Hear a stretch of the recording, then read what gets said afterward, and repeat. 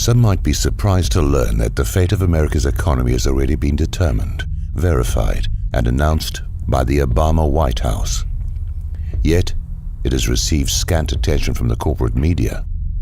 In 2011, economist Kyle Bass interviewed a senior member of the Obama administration about its planned solutions for fixing the U.S. economy and trade deficit. Among the questions he asked was about the U.S. exports and wages, but the question itself was not nearly as important as the response he received from this senior administration official. In fact, this single 7-word response clarifies everything, explains everything, and leaves little else to discuss. We're just going to kill the dollar. There it is, the entire agenda in one short sentence. It explains everything we've been seeing domestically and globally. That one statement makes every other question irrelevant, or otherwise answers all economic questions and explains everything. Nothing else matters. I urge you to ponder that statement and all it implies. Doing so will provide you with the clarity to understand not only what is taking place today, but what is yet to come. It is important to note the specificity of the word kill. Stated in the active voice, it means an unambiguously intentional and deliberate act. The murder of our national currency, the United States dollar, is the ultimate agenda to be implemented under Obama. To kill our national currency will subvert the United States and destroy it from within. This begs a number of questions, including what type of Americans would actually have as their objective the destruction of our national currency.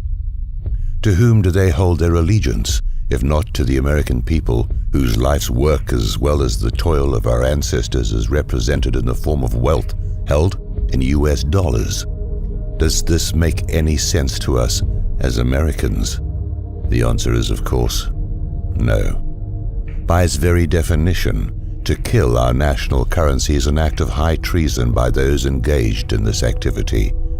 It undermines the very sovereignty and survival of our nation and will have a life-changing impact on every citizen in the U.S. It will also impact every nation and the people of every nation on the planet, as the U.S. dollar is presently the world's reserve currency. It is an act that should result in the filing of criminal charges against the conspirators, a trial of their peers, and if convicted, a death sentence. It's that serious. According to my source, we are past the point of no return. We will not be able to stop what is coming, but must be wise enough to prepare and get out of the way. The murder plot involving the death of the dollar did not begin with Obama, but he and other conspirators have accelerated the plans, plots, and schemes for its demise. The ultimate objective is to implement an international currency in tandem with a system of global governance. The problem is that most people are not thinking large enough, nor do they understand the magnitude of the lie. They are not seeing the larger picture as their focus is diverted elsewhere. For example, they focus on various tentacles of the octopus, such as the gun confiscation initiative, the DHS armament acquisitions, and economic woes as independent and unrelated events. They are not. Meanwhile, others continue to adhere to or even perpetuate the dual-party meme of governance, holding dearly to the notion that there is a practical difference between the Republican and Democratic parties. Have we not seen sufficient evidence that they are now of one party acting in concert with each other? They cannot see the collusion and backroom deals and continue to hope that the next election will finally change the unchangeable continuity of agenda. Most of the elected officials are on board with the subjugation of the United States to a global system of governance. Some are actively facilitating this agenda, while others are making nominal objections on the stage of political theater, whilst hoping to earn a seat at the global table. It's entertainment for the globalists, distraction of the masses, and diversionary fodder for the talking heads in the media. America has become a captured operation, captured from within. Think of the Vichy French internal collaboration with the enemy, or softening the ground for a full takeover from within. The takeover of America has already happened. The collaborators have already been installed, and we are now on a path to complete subjugation of a larger global system of governance. If you continue to doubt this, how else would you explain the numerous examples of our dual-party governmental acquiescence of self-destruction?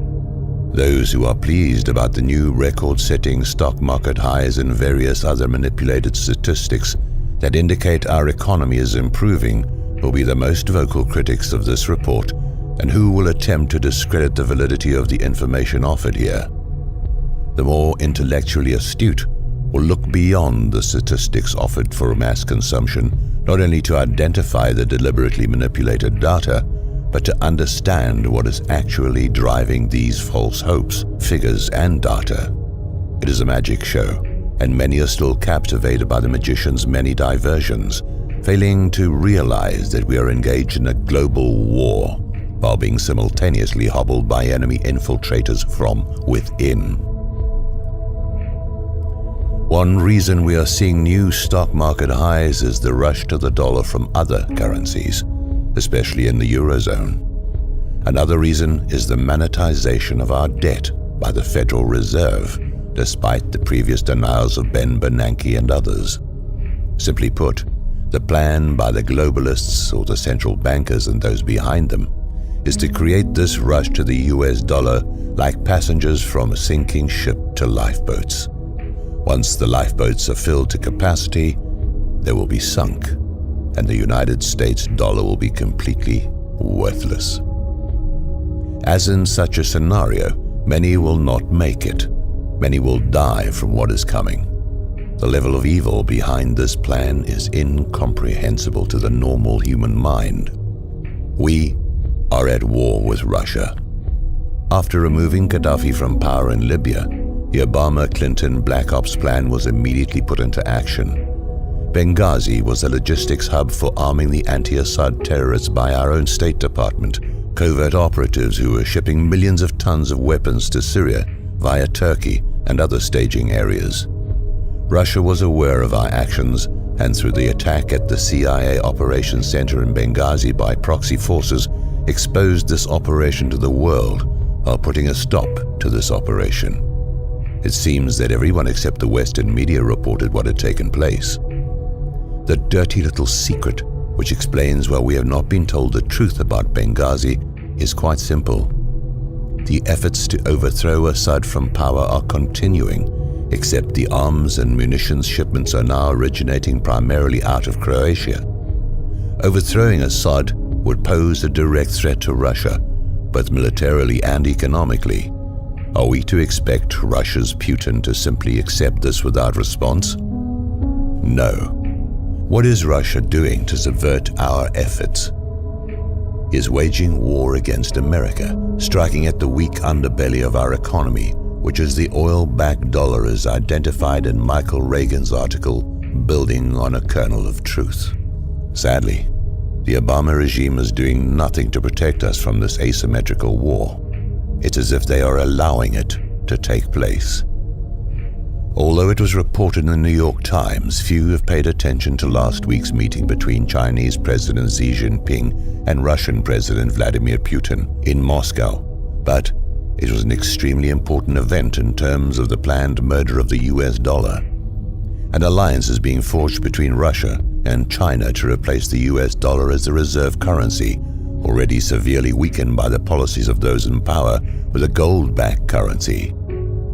While reports do exist that cite the hoarding of gold by China and Russia, they are purposely underreporting their collective reserves. Meanwhile, Americans can't even get honest answers to the amounts of our own gold reserves held in Fort Knox or the Federal Reserve. Don't people find this reluctance for audit and inspection a bit curious, if not outright suspicious? The battle is being waged not only by military might, but by a currency war. We are being played through our military involvement in the Middle East, including our covert operations against Syria at the behest of Saudi Arabia.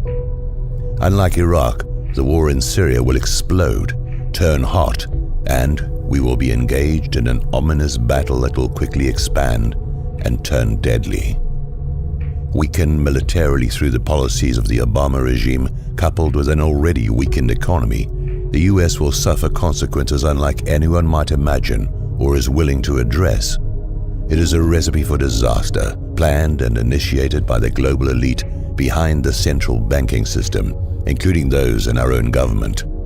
We've been set up from within, lied to, and now we're about to see exactly what this globalist system has in store for not only the United States, but every nation of the world. It is critical to understand that the takedown of the U.S. will be the result of an asymmetrical war that includes the weakening of our military, our economy, and a direct assault on our ability to keep the dollar as the world reserve currency and protect the free flow of oil and energy to the United States. Within the last week, China held a surprise naval exercise in the South China Sea. Meanwhile, Russia displayed their resurgent military might in the Black Sea. These exercises were conducted as U.S. military forces are spread thinly across many areas of the world. Is anyone paying attention here? Just as certain a collapse of the dollar is coming, so will be chaos on the streets of America caused by this plan to kill the dollar. The central bankers and the leaders selected to govern each country have effectively used the Hegelian dialectic to implement their agenda. Just as stated by George H.W. Bush on September the 11th, 1990, their predetermined solution of a new world order is being formed before our very eyes. They've told us what they are doing, but we have chosen not to listen or failed to understand what was being said. The U.S. has always been the firewall against the globalists. By their persistence, infiltration of global elitists into our government, and covert subversion from within, we are being led to slaughter. A view from space, looking at the larger picture of events for which many have questions, a clearer picture emerges. There will be some who dare to resist the pillaging of our bank accounts, the erosion of our rights, and the enslavement that comes with the dismantling of America. The dust clouds visible on the far horizon that watchmen have been reporting for decades can now be seen as an attacking army of barbarians whose fighters are now on the ladders and cannons are breaching our empire's outer walls. Who knows how long the inner walls of our empire will survive the next wave of their coming attack. Perhaps Ernest Hemingway said it best in referencing John Donne from his novel of the same name. And therefore, never send to know for whom the bell tolls. It tolls for thee.